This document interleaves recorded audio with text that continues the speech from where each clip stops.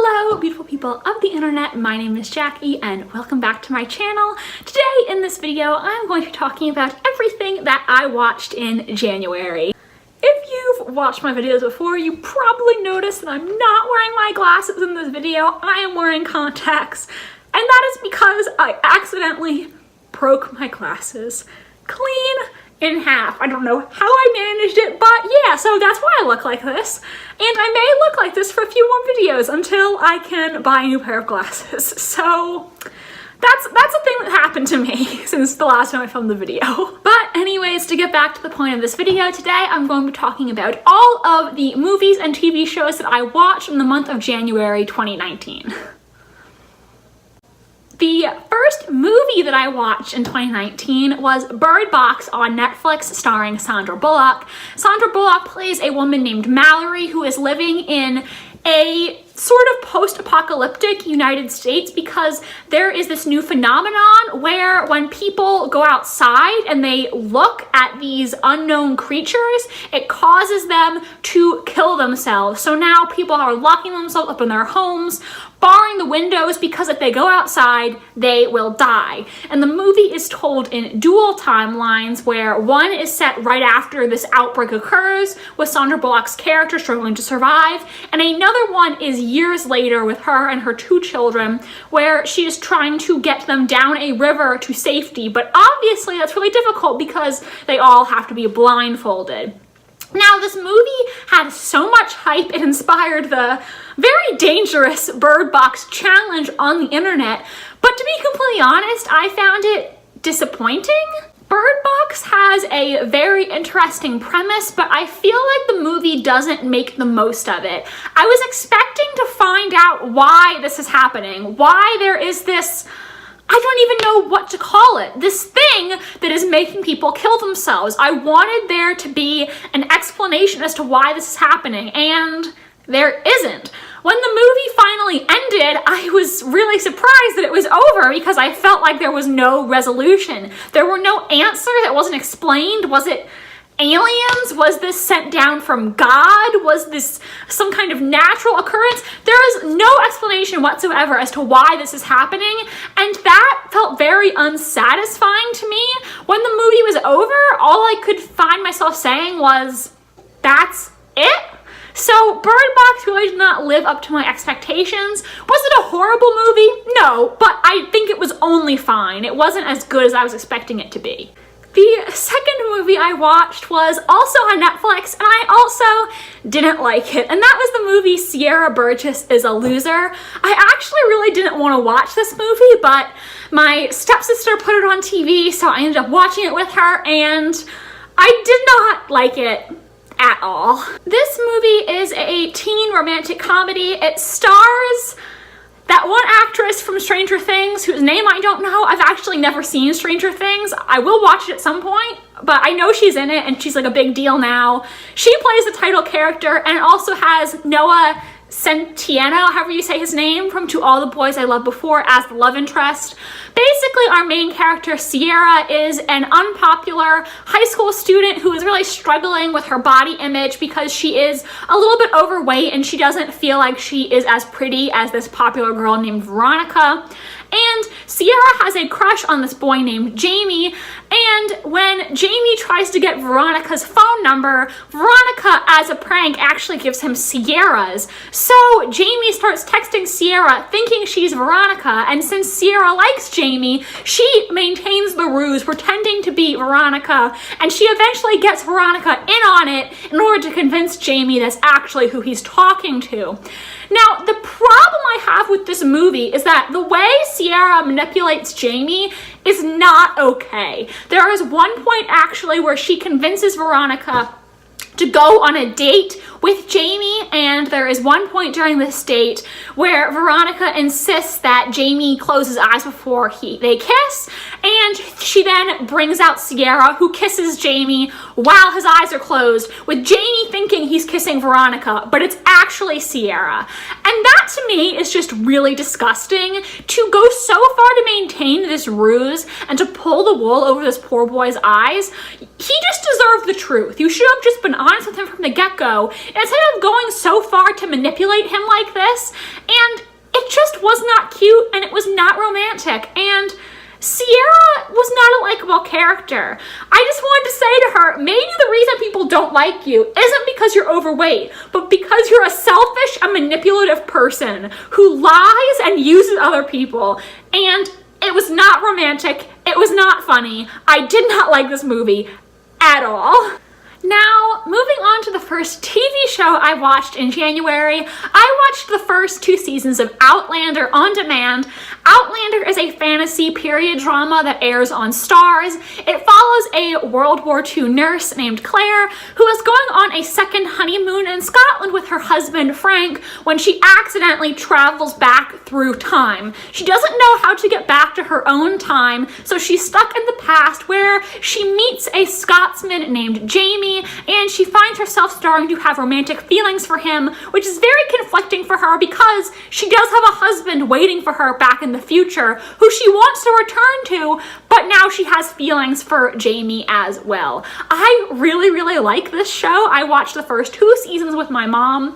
I had tried to get into it several months ago. I think I probably mentioned it in one of my previous videos, and I did think the first couple episodes were slow, but now when I went back and watched the show again and I got through those episodes, it got to a point where I really, really liked the show, and every single day I wanted to watch an episode when my mom came home. I really like Jamie and Claire's relationship, and honestly, I just love Jamie as a character. I have a huge crush on him, to be honest. I am adding him to my list of fictional crushes because he is just so wonderful. I absolutely love him, and this show has lots of really interesting storylines. It is exactly the kind of thing that I like, and I'm really excited to keep watching. I only had time to watch the first 2 seasons before I went back to college. There are 2 more seasons that are out currently, and I figured I would just wait until after my semester is over to watch the last 2 seasons with my mom, because season 4 of Outlander recently finished airing, so season 5 is probably not going to premiere until around January 2020, so I don't see a point in rushing through the last 2 seasons when I can wait and enjoy them later and then have less of a break waiting for the new season.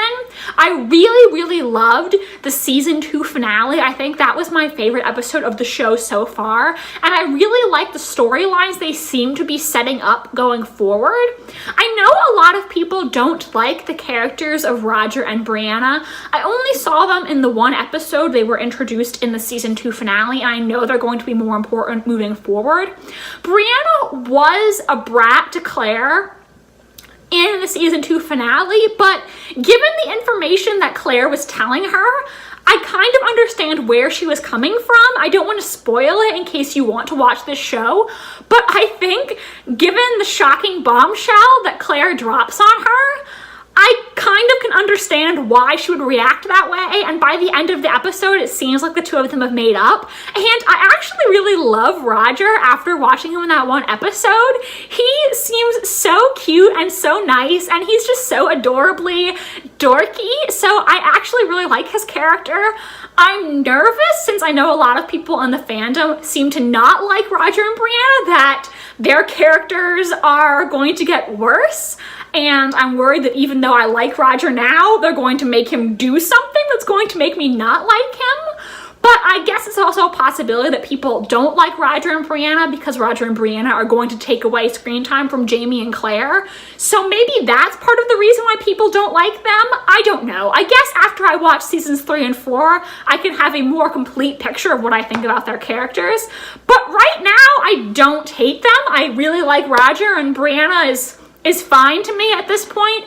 I do think that the actress who plays her does not give very convincing line delivery, but I'm hoping that with time she'll improve on that, because in this first episode I watched, some of her lines were not delivered well and they did not sound authentic. So I'm hoping that she's gonna get better at that and not continue with this wooden delivery, because it's not very good. Another TV show that I watched in January was the 2nd season of Downton Abbey. Now, I still liked season 2, however, I did not enjoy it as much as season 1, mainly because there were some plot lines in season 2 that I found very ridiculous, borderline on soap opera, whereas I thought Downton Abbey was going to be a realistic period drama. There was one storyline, I'll talk about it vaguely in case anyone out there wants to binge watch Downton Abbey in the future.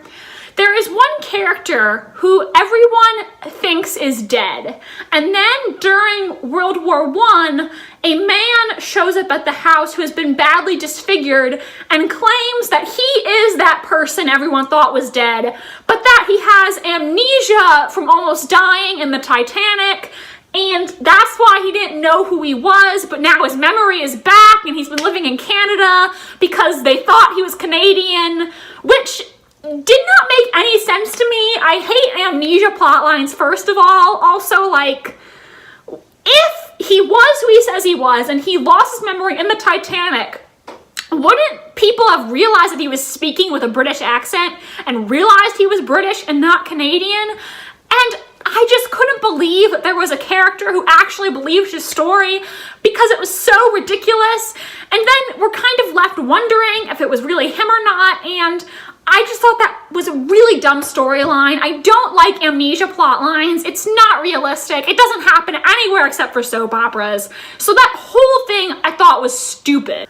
There was also a storyline that used one of my least favorite tropes, and there's no way for me to discuss this without spoiling it. So if you want to binge watch Downton Abbey and you haven't seen season 2 yet, skip this video until I put my hand down starting now. So basically, Mr. Bates decides that he wants to get a divorce from his wife, Mrs. Bates, so that he can marry Anna, because him and his wife have been separated for a long time, and she's really only still with him because she wants money. She doesn't actually love him. And so Mr. Bates tries to get a divorce from her. He agrees to give her whatever she wants, but she can't stand the thought that he's going to go be happy with someone else. So his wife decides that she is going to kill herself and frame Mr. Bates for her murder, and the season ends with Mr. Bates being arrested for killing his wife, which we know he didn't actually do. First of all, the whole someone getting framed for murder plot line is a little ridiculous. And I also hate that trope of a person who kills themselves to get revenge against someone else and frame them for their murder, because I just think it paints suicide victims in a really bad light. I don't want to say suicide victims. People who kill themselves need our sympathy, and I don't like depicting them as vengeful, horrible people who are doing this to get back at someone, if that makes any sense. So not only did I think this was a dumb storyline, I thought it was a little bit offensive. So, well, I didn't think season 2 of Downton Abbey was bad. I definitely did not enjoy it as much as I enjoyed season 1. I would say that, like, season 1 of Downton Abbey, I would have given an A grade, whereas season 2 is more of a B or a B-. And the final thing that I watched in January, I don't know if I should call this a TV episode or a movie, it's kind of both. It was the Bandersnatch episode of Black Mirror. This is the choose your own adventure episode where you get to make choices for the main character. This episode follows a boy named Stefan who wants to create this video game for this company that he admires, and he's trying to make a video game version of this book named Bandersnatch, and the writer of Bandersnatch ended up going crazy and killing his wife. Now, this episode, I thought it was fun. I liked getting to make the choices. I really wanted Stefan's life to work out, and no matter what I did, it all seemed to go horribly, horribly wrong.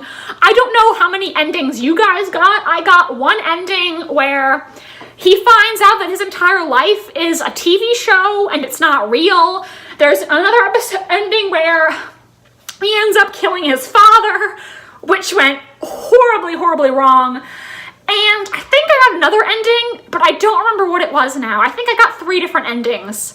And there's so many more, but I only watched it that one night and I haven't gone back and tried it again since then. So I did think that the choosing was fun. It was making me so anxious at times. I was like, oh my God, what if depending on what cereal I choose for him to eat, his life either works out really well or it's an epic failure. This is a huge decision, when really I'm just picking what cereal he's gonna eat or what he's gonna put in his cassette player.